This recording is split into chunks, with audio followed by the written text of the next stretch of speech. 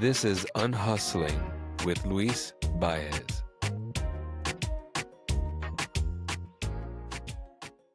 I've always been a disciplined person. Structure makes me feel safe.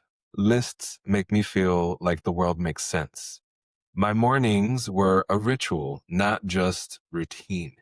Wake up early, journal, walk, stretch, plan. Every hour blocked, every task accounted for. My Google Calendar looked like a game of Tetris, and for a long time, I loved it. It made me feel powerful, intentional, like I was living my life on purpose, not just reacting to it. But discipline has a shadow side, and I didn't see it creeping in until I was already deep in it. At some point, the rituals stopped feeling sacred. They started feeling punitive. If I skipped journaling one morning, I'd scold myself.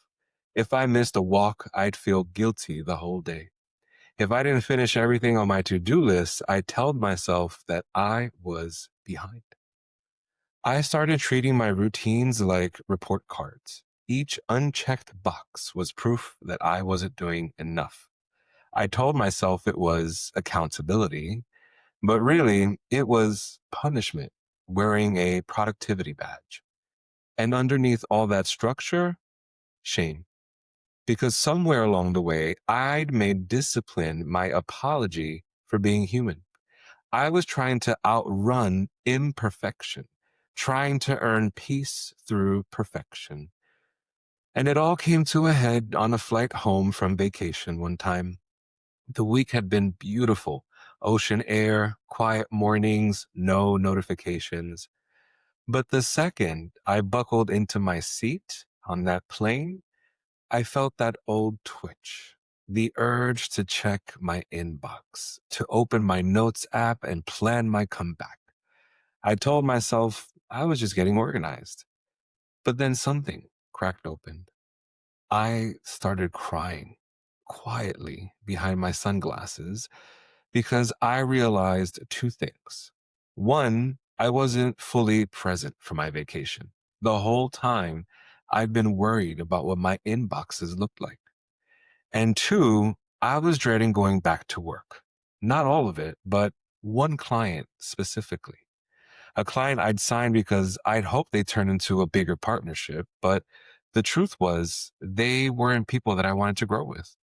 And I'd spent the entire vacation with this low grade anxiety humming in the background, knowing I'd have to deal with them the moment I landed. That's when it hit me. I didn't like the business that I'd built. It looked successful from the outside, high performing, polished, growing, but inside, it felt like a machine that only ran on my perfectionism. Every part of it depended on me being on. Every system was designed for output, not joy. And for the first time, I saw it clearly.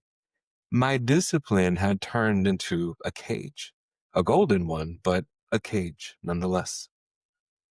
That flight home changed me. I knew I couldn't go back to running my business like a self improvement experiment. So I started to rebuild my relationship with discipline, this time with softness. The first step was admitting that I couldn't do this alone. As founders, we love to glorify independence, but that I got it mentality, it's just isolation in a power suit. So I joined a small group coaching program with other consultants, people who actually get it, people who wrestle with the same ambition, the same anxiety, the same desire to be both excellent and at ease. And one day, another entrepreneur in the group broke down in tears. They were frustrated, good at what they do, but too tired to grow their business, too exhausted to find new opportunities. And in that moment, I realized my experience wasn't unique. I wasn't the only one who built a business on discipline that had turned into self punishment. And I couldn't go any further alone. That group became one of the most healing parts of my business. Every week we'd go through the numbers together, not as judgment, but as reflection. What's working, what's not, what needs love, and what needs letting go. And in that circle, I stopped being a soldier of my own standards and started being a steward of my own success. Because now my discipline is shared, it's supported, and it's seen. And here's what I've learned: discipline without grace becomes domination. And domination, even when it's self imposed, is still a form of violence. So now I treat my systems like relationships. They have to feel reciprocal. If a system drains me, I redesign it.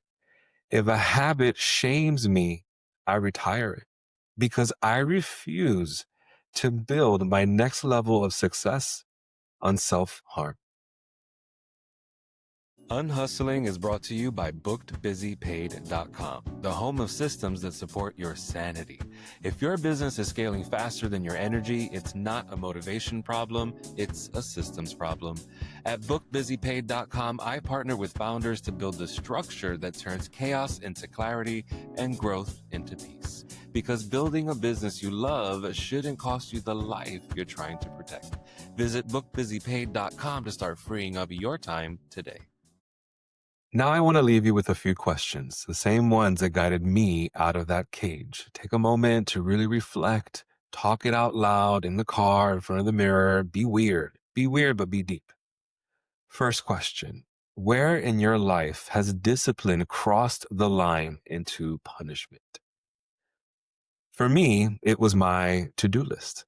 I kept track of everything I needed to do, and every day that I didn't finish the list, I punished myself. I'd tell myself that I was behind, that I wasn't doing enough, that I needed to work harder.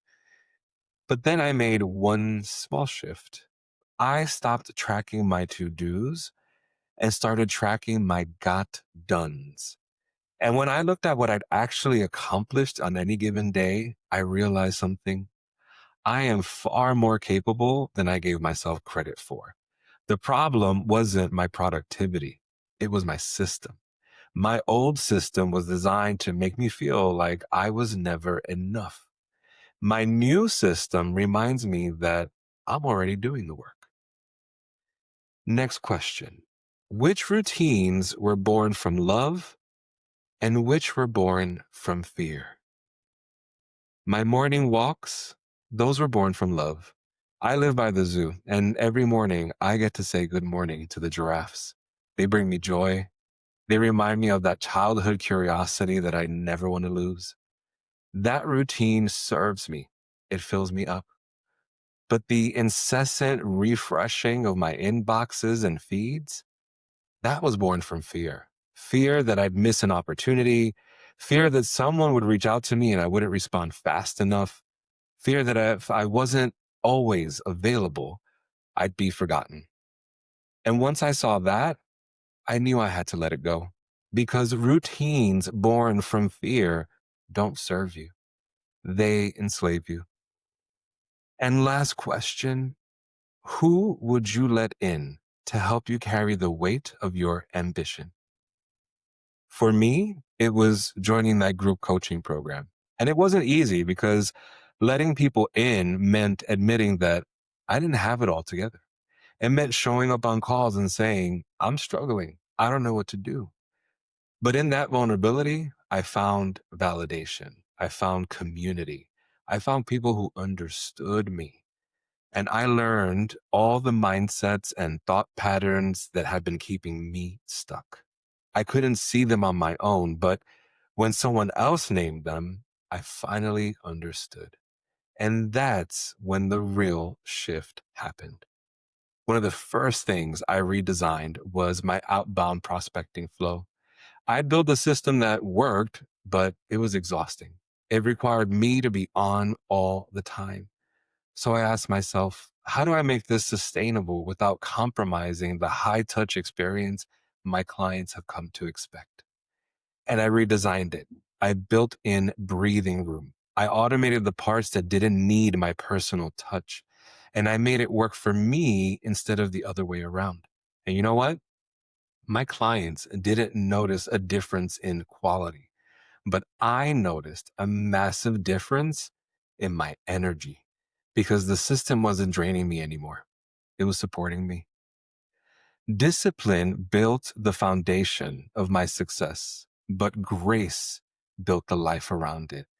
And I've learned that the point isn't to be perfectly consistent. It's to be consistently compassionate because discipline is supposed to build you, not break you.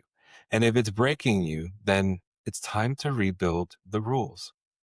This is unhustling, where we build slower, breathe deeper, and still get it all done on our own terms. I'm Luis Baez, and I'm in your corner. Bye for now. You've been listening to Unhustling with Luis Baez. If this episode resonated, then share it with someone who needs to hear it. New episodes drop every Sunday. Subscribe at unhustling.com so you never miss one.